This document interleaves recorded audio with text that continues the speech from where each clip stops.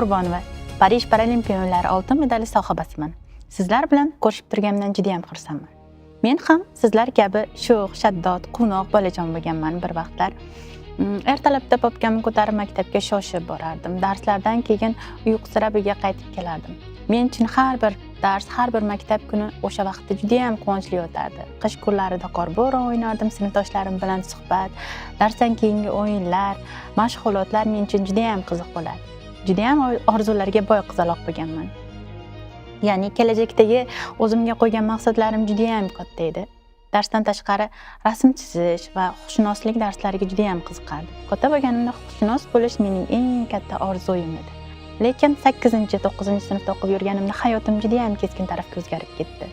Ya'ni jismonan imkoniyatim cheklanib qoldi. Lekin aqlan emas. Aqlim har doim hayotda nimagadir erishishga, nimagadir intilishga doim talpinaverardi. Ichimda bir cho'g' yonib turaverardi. Nimadir qilishim kerak, nimagadir intilishim kerak. Men bunday o'tib ketmasligim, ya'ni orzularim shunchaki sarobga aylanishiga hech qachon yo'l qo'ymasligim kerak. Shu intilish bilan harakat qilishni boshladim.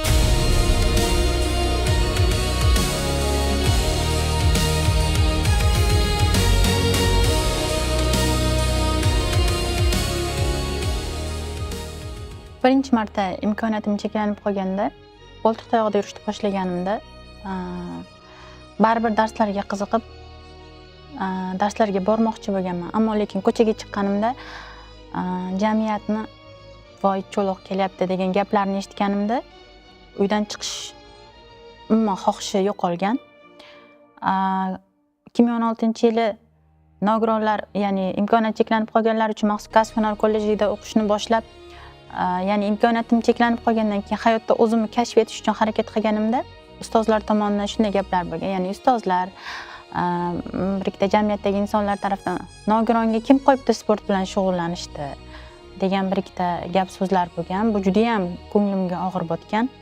Ya'ni nogironsan, nima qilasan, diplomingni olganda uyingda o'tirgin degandagi gaplar bo'lgan. Ya'ni ertaga shug'ullanganing bilan hech narsaga erisha olmaysan degan gap so'zlar ham bo'lgan. Ammo lekin bu narsadan to'xtab qolmaganman.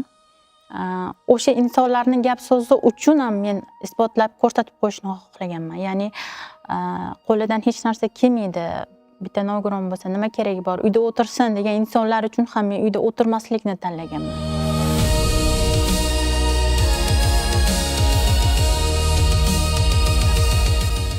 ...2019-yilda O'zbekiston Paralimpiya terma jamoasiga qabul qilindim. Paralimpiya sporti men uchun juda ham katta yangilik edi. Chunki avval hech qachon bu sport haqida eshitmaganman. Ya'ni jismonan imkoniyati cheklanib qolgan bolalar ham sport bilan shug'ullana olishi men uchun juda ham katta yangilik edi. Bu sportga kirib kelganimda birinchi bor nayza, yadro, disk uloqtirish turlari bilan shug'ullanishni boshladim. Va kelajakda biror narsaga erishamanmi, erisha olmaymanmi, nimadir bo'ladimi? Bu savol meni juda ham qiynardi. Tunlari o'ylab yotardim. Biror nimaga erisha olamanmi o'zi? Biror narsa qila olamanmi? Menimcha har bir o'spirin bolani ichida bu savol bor. Ya'ni men kimman? Biror narsa qila olamanmi? Hayotda o'zimni topa olamanmi? Bu savol har birimizni qiynagan bo'lsa kerak. Lekin hech narsa o'zidan o'zi bo'lmaydi. Nimagadir erishish uchun juda ham katta mehnat, kuch, iroda, sabr talab qiladi. Muvaffaqiyatga erishgan kunim esa, ya'ni olimpiadani yutganimda, arenada turganimda, davlatimiz madhiyasi yangraganda, bayrog'imiz balandlarga ko'tarilganda, mening ism familiyam o'qilganda, barcha qiyinchiliklarim ko'z yoshlarim bilan chiqib ketdi.